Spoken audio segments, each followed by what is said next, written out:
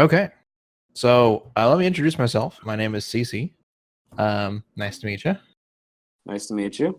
Yeah. Should I say my name or? Yeah. What is your All name, right. sir? All right. So my name is Tyler, and I go by PrinceVortex or TyloVortex in the speedrunning community. Nice. Yeah, I've seen both. I think on Speedrun.com you're Tylo, and Yep. everywhere else you're Prince. Yeah, I kind of use both interchangeably, just to All confuse good. people. Yeah, there you go. Yeah, keep them on their toes. Yeah. Okay. So, I guess let's go ahead and get started. So, when did you first start running Ratchet and Clank? Oh, that's a great question. So it was like my freshman year of high school. So I think it was around like 2012. Okay. I pretty much was watching I think it was an AGDQ. I think it was MoFat was doing a was it Twilight Princess run that inspired me to get into speedrunning. Mhm. And then I basically was like, oh, I gotta try this. And I looked through all of my games, and Ratchet and Clank was like the only game I had that I was like, all right, this looks like an interesting speedrun. So immediately I started looking on YouTube for runs, and I found Cypress, we call him Sippy. I found his channel. I was like, yo, dude, teach me how to do this. I really want to learn. And he was like, all right, I'm going to send you to my boy Nuka, because apparently Sippy just taught someone how to run this game like about a month earlier or prior to this. And then that person like dipped after a month. So he didn't want to deal with that again. So Yeah. he sent me to another player named Nuka. And Nuka sort of gave me all of the tools to adequately learn the route and just start doing runs. Nice. Okay. Well, I guess that really kind of ties into. I was going to say, tell me more about Nuka. Yeah. So Nuka, Devin, he is a funny character. I really admire him as a person. He's brutally honest with you, but in a good way. And he was really helpful on doing stuff, because he wouldn't sugarcoat things. If I was trying to learn something or trying to learn a trick, I would ask him like how to do it, and he'd just be like, dude, you're just being stupid about this. Just do it this way. Just watch me. Sometimes he would stream and show me strats, or just like point out stuff while he was streaming. That would help me, because a lot of the time, back when I started learning Ratchet and Clank, the community wasn't really a practice community. It was more of just like, let's do runs to see how good we can get. Let's just not like practice and like practice doing shortcuts. It was a lot of movement, like a lot of based on just how good your movement was and how you could edit your movement throughout the run. So a lot of the times we would just like watch other people run and be like, oh, that was really nice. Like, check out this, watch the way I do this. And Nuka would be really helpful in that aspect. Me and Nuka would be really good, became really good friends after learning this game. We would do a bunch of races too that were a lot of crazy matches, but a lot of fun. All right. So let's see here.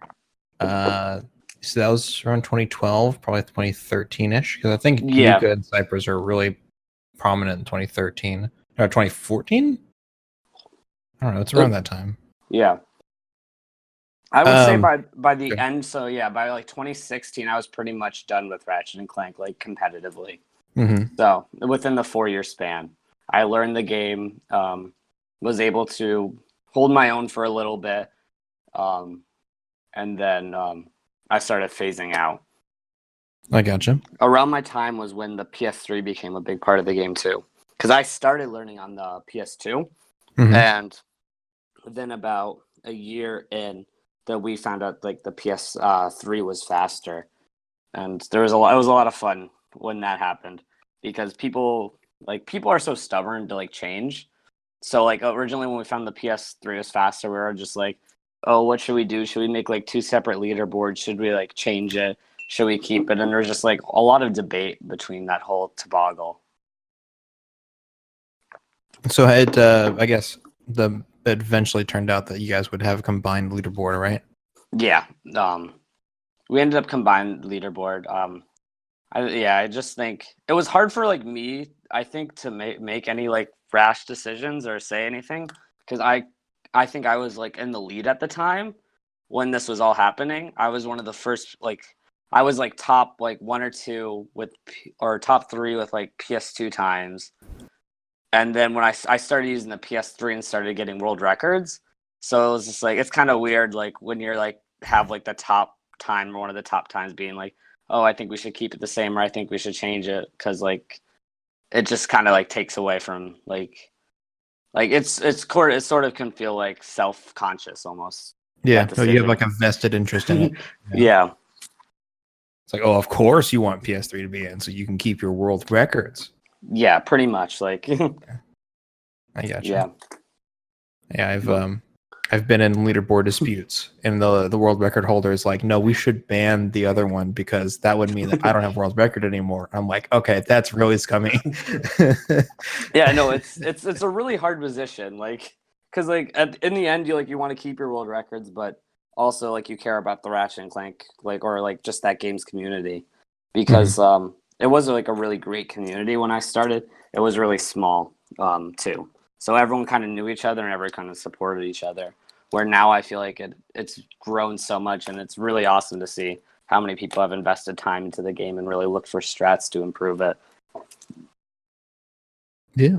About how many people do you think were in there sort of in the 2013, 2014 era? Oh, I would say like about like maybe like 20, 25 invested runners.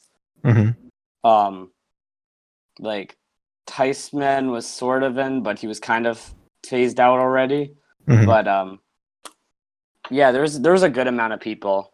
Like no, a good handful, not a good amount. Like yeah, I would say around like 20. Because I remember who do I remember? Me, Nuka, SL, Insomniac,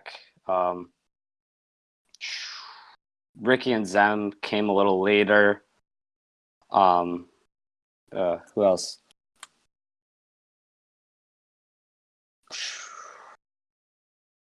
Was Senna around? Senna was not around at this time. Okay. Senna came around like right after I got out of the game. Okay, I'm gonna guess Clippy was around. Clippy was definitely around. Yeah, Clippy was around. It's a name I've heard. Yep. Fernando, he was around. Raikaru. Oh, yeah. Me and Raikaru would go back and forth all the time. Funny stories. I heard there was a bit of a rivalry.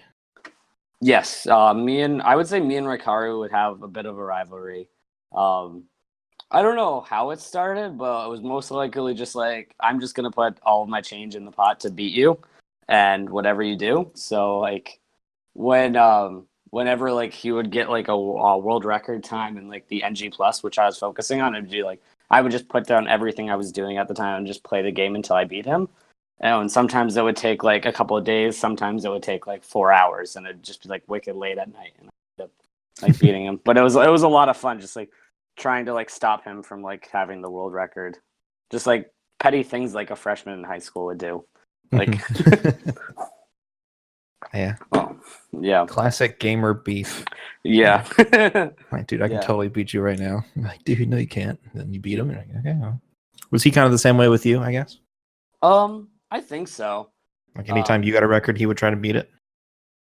He for the most part, yeah. I think we both did have like breaks here and there because of school, but yeah, for the most part, it was really like a back and forth sort of rivalry. Okay. I think Slaughter was around at this time, right? Yep, Slaughter was around. Can you tell me anything about him? Slaughter is an incredible movement like player. He didn't really like he did runs every now and then, and like he still kind of does now, or he kind of doesn't play the game, but like a couple years ago, he's incredible at finding good movement and also is a really good strat hunter.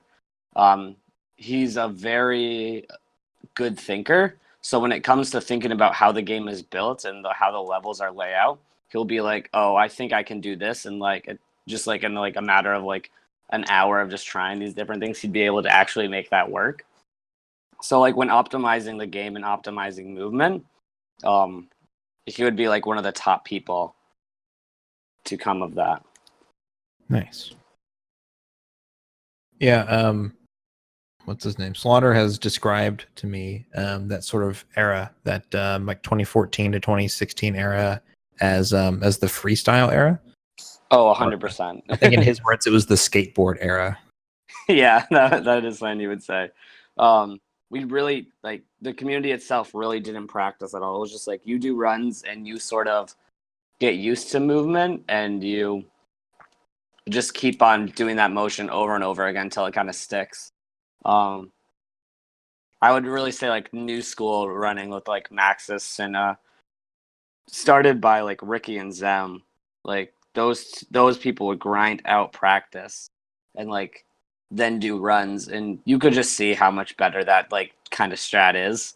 Like it does make a difference when you play the game. You're just able to land all of the strats consistently because like movement is awesome, and you can make up so much time off having better movement than someone else. But at the end of the day, if you're not hitting like shortcuts like first try every time, you're just gonna end up losing out. And then eventually, when like Ricky and Zem and Maxis and all these people started to actually get close to your movement, like you just sort of get phased out altogether. Yeah, that's how it goes, man. That is how it goes. Yeah. But it's really cool watching the game develop that way, as watching like, because you're always like, back then I was just like, it's like you can do all the tricks and I can do all the movements, so let's just put those two together and just make something special.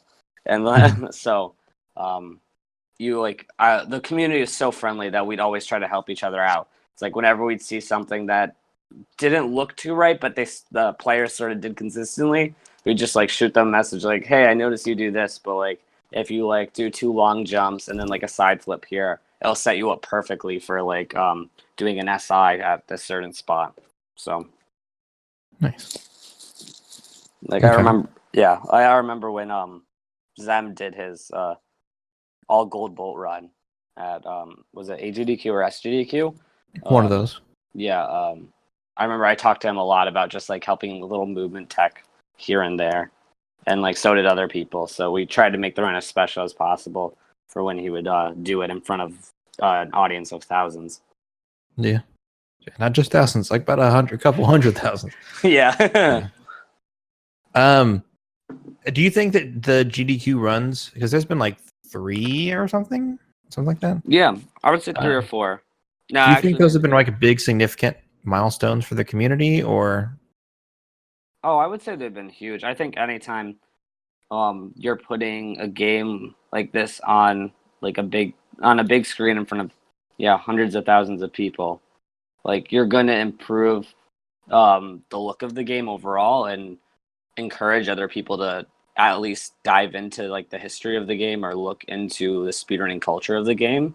Right. Because like Ratchet, like especially like I feel like we have a lot of talented streamers in the Ratchet Clank community. Like with just like I like watching a lot of Ratchet Clank streamers because they're very chill vibes and they're always very like easygoing and honest. So like if you watch like a Zem stream, if you watch like a Ricky stream, if you watch like a Maxis stream, like everyone like everyone's just so friendly and chill that it's sort of like hard not to love anyone in the community. Mm-hmm. So I think that really like when you put that in front of like an audience and you have like great commentary with like a very interesting but like also like kind of confusing run because you do a lot of weird shortcut breaks in the game. Mm-hmm. It's just like a combination for people to get drawn in. No, absolutely. Okay. Let's see. I wanted to ask, so as the PS3 started sort of mainly becoming like the big thing, Nuka was, I think I heard that Nuka didn't get a PS3 until like last year or something. Yeah, I think another player in the community named Fern, I'm not sure, he bought him a PS3 and sent it to him. That's how crazy it is. I'm not sure like Nuka was literally like, I'm not sure if he was just being petty about it, like getting a PS3 or something. Like there's like he was just putting his foot down on buying one. Like he just did not want to get one. Like he did not want to like maybe it was he was like honestly just starting to get done with the game, and just if he knew that, he sort of committing to playing the game more. So I think it was funny that someone else like got him a PS3 and sent it to him. Like, it's just very. It just shows you what kind of character Nuka was. That is funny. Yeah. But he would still run on PS2, and even though the record was like a 29-minute time, Nuka got, I think, a run. It was like a 30:28. That everyone's like, that's amazing. Yeah, that was probably one of the best moving times. Like movement-wise, it was one of the best runs, and also like he hit a lot of the tricks pretty consistently in that run. I think there's only a few planets that he really just like messed up on. But like even for like what we talked about, like as Slaughter would call it, like the skateboard era, like only messing up a few planets in a run is like really extraordinary. Like, so. Yeah, like 80-90% of it was clean, and then. Yeah, so like when someone like Nuka or like Sippy would do a run like that, it's like you just knew it was a good time. Like all the pieces aligned. Okay. So you, as someone who's played on both PS2 and PS3, what are some of the big differences between the two consoles? Yeah, so when we were looking at PS2 and PS3, I think with a big difference is load times. That makes a huge difference on the overall time of the game. But also, I think the PS3 plays a little bit heavier, whereas the PS2 was a little bit like more smooth. Like it took a little bit to get used to it, but once you like played more on the PS3, you kind of got used to like the movement, and you sort of could feel it out just the same as you could the PS2. I would say the biggest difference would be clipping. So there's something in the game called the decoy clips, where you use an item called the decoy. You place it at your feet, and you move through solid walls. And that was very challenging on the PS3. I remember on PS2 it was free. You literally just looked at a wall, like clicked twice to the left, press circle, or and you just threw a decoy down and walked through that wall easily. But on PS3, it kind of turned into like, depending on what wall you were at, you had a different setup each time, and it was really hard at first for a lot of players switching over, because everyone kind of needed to find, like, you couldn't, like, you tried sharing your setups with other players, but like other players kind of needed to find their own way to do the clips in order to like make them work. And like if you watch like just like 3 or 4 runs, like if you watch like what is it, like the 4th planet of like, or the 4th or 5th planet of the run, Blarg. Is it Blarg? Yeah, Blarg. Or do you mean Eudora? No, Blarg, because you have the clip into the infobot there, where you take the little hover ship to the other spaceship, and then you clip through the wall. And if you watch like 3 runs from like just when the PS3 started to happen and people are doing more runs, I would say everyone's clip was different there, and it shows you how everyone kind of need to have their own style at the game. I think I was one of the more riskier clippers on that planet, where other people would try to do like this whole elaborate setup. I was more of just like, let's YOLO this and jump at the wall and do it. Like, but there you go. It was fun. It was fun. Okay, so clipping was a big one, and loads were another big one. Anything else?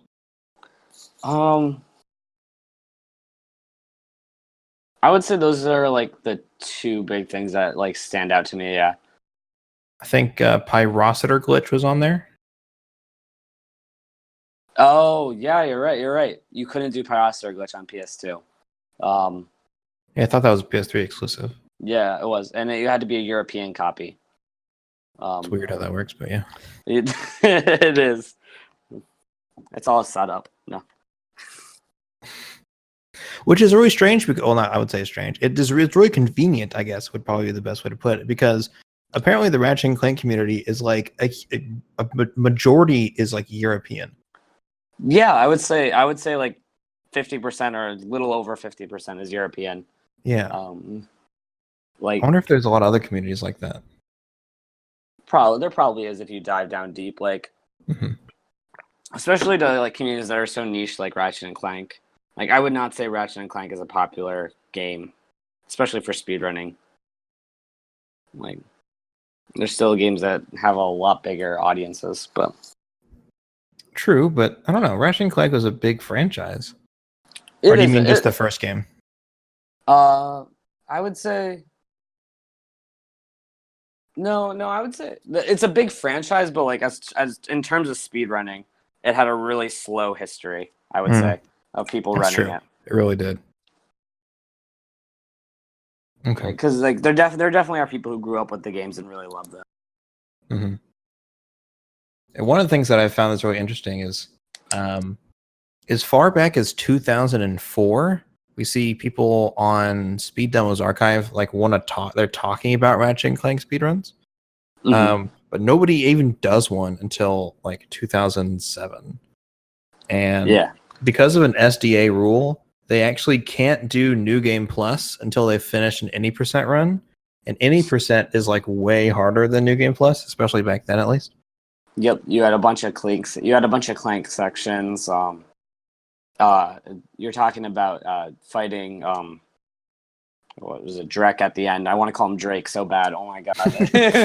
history coming back. I would always like. I could never. I would always say like wrong names and stuff. Oh. So like, just almost like for like the jokes. But yeah, fighting Drek was so much harder on any percent, especially without the pyroster glitch. That like kind of like saved any percent almost. That and a few other things. Yeah. So because any percent had to be done first, it just like it took forever for anyone to even get around to it. And then when someone finally did do it, then people had already moved on and they didn't really care about New Game Plus for a while. So yeah. Oh well, it's a shame. Speaking of that Drex, is a shame. Yep. Were you around when Drexskip was found? No. Maybe I did like one or two all gold bolts runs afterwards. But I was not around when Ricky sort of found that. I think Ricky sort of took over like around when I was done practicing, or like not done practicing, but done playing the game. And just putting a lot of effort in. And then I sort of just like would watch Ricky and like became more of a fan of Ricky because like what Ricky was doing was like so amazing. He is one of the most talented gamers I have ever seen.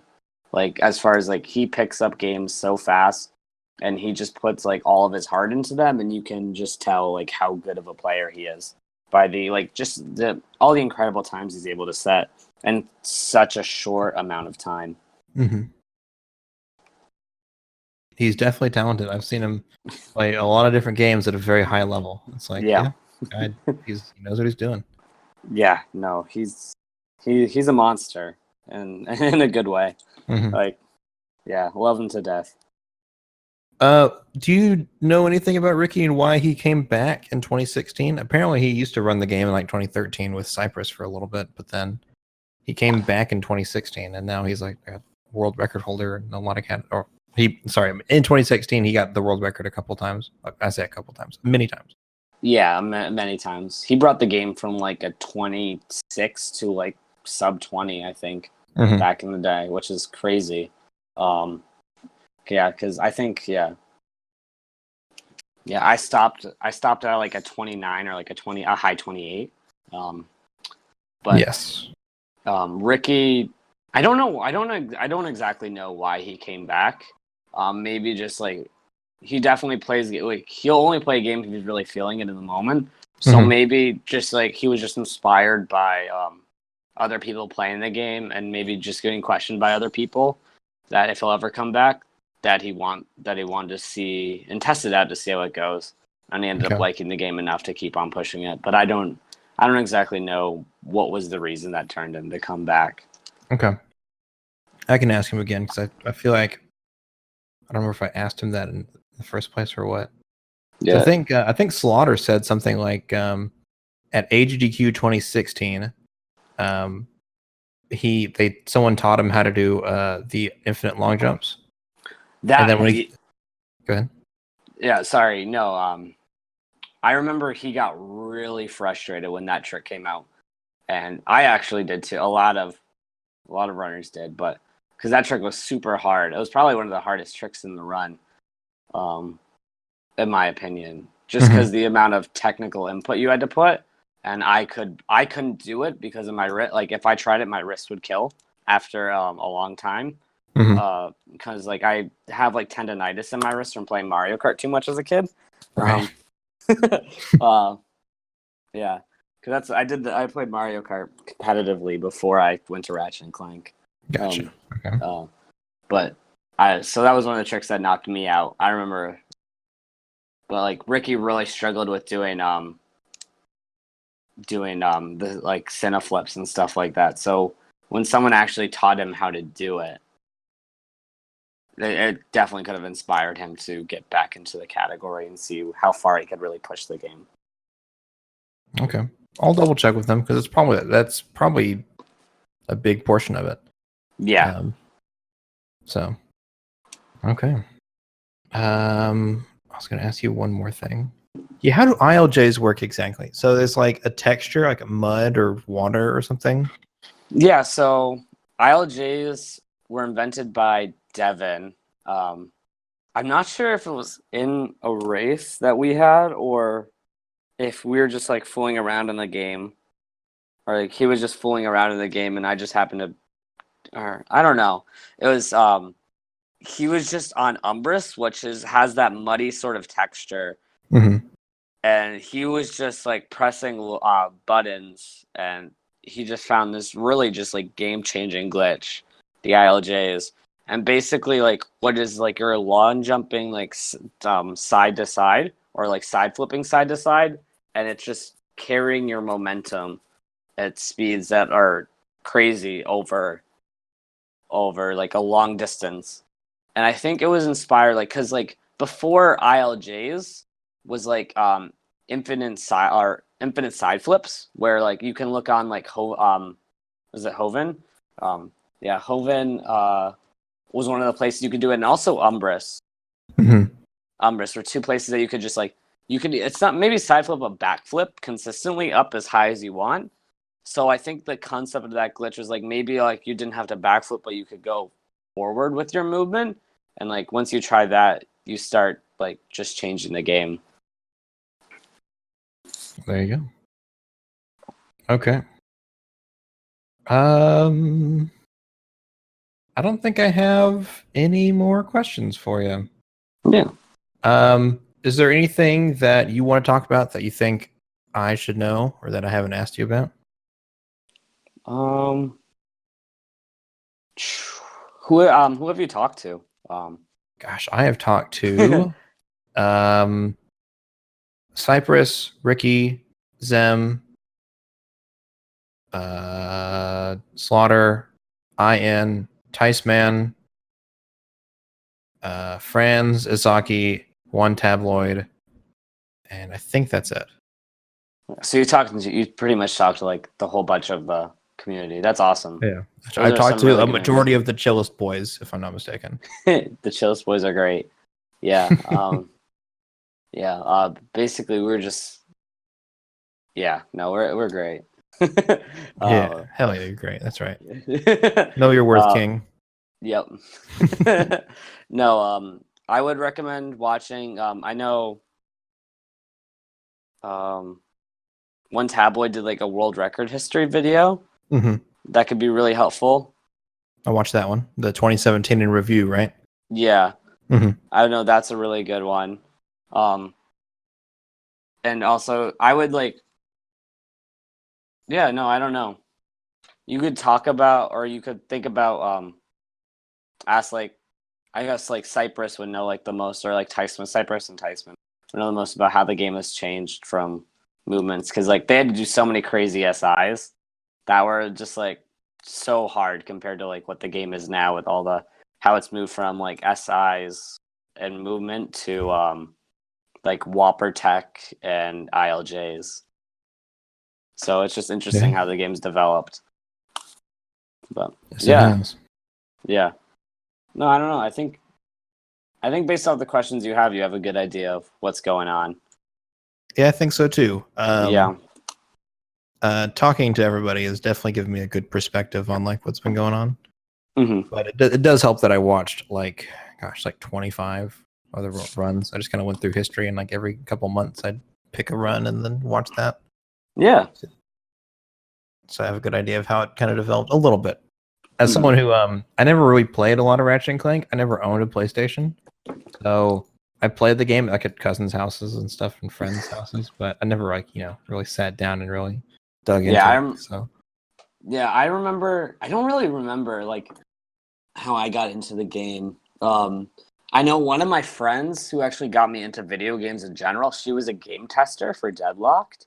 Interesting. Okay. So I actually one of the first games I played was Deadlocked, and then when I got she's pretty much given me all of the game systems I've had.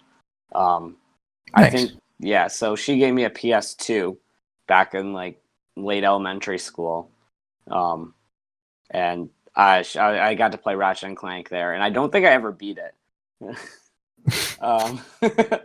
I think I got all the way because like I have this history of playing games where I get all the way to the last level, and I'm just like I don't want to face the final boss. I want to start collecting, and then I just never beat the game because I just get too bored with it.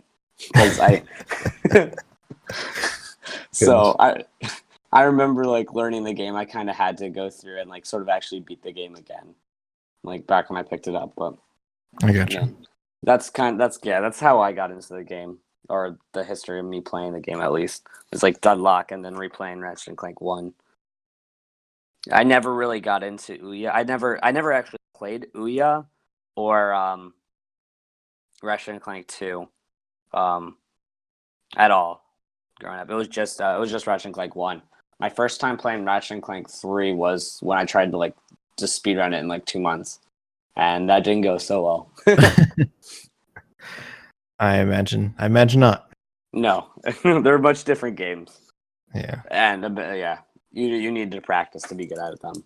And that was just something I just did not want to do. That's fair. All right. Yeah. Well, I appreciate you talking to me. Yeah. Whatever I can do to help. Absolutely. If you have any more questions or want to talk some more, feel free to message me. Yeah. I'm finally done with all my traveling, so I'm a lot more approachable now. Nice. All right, let me go ahead and end the recording here real quick. Okay.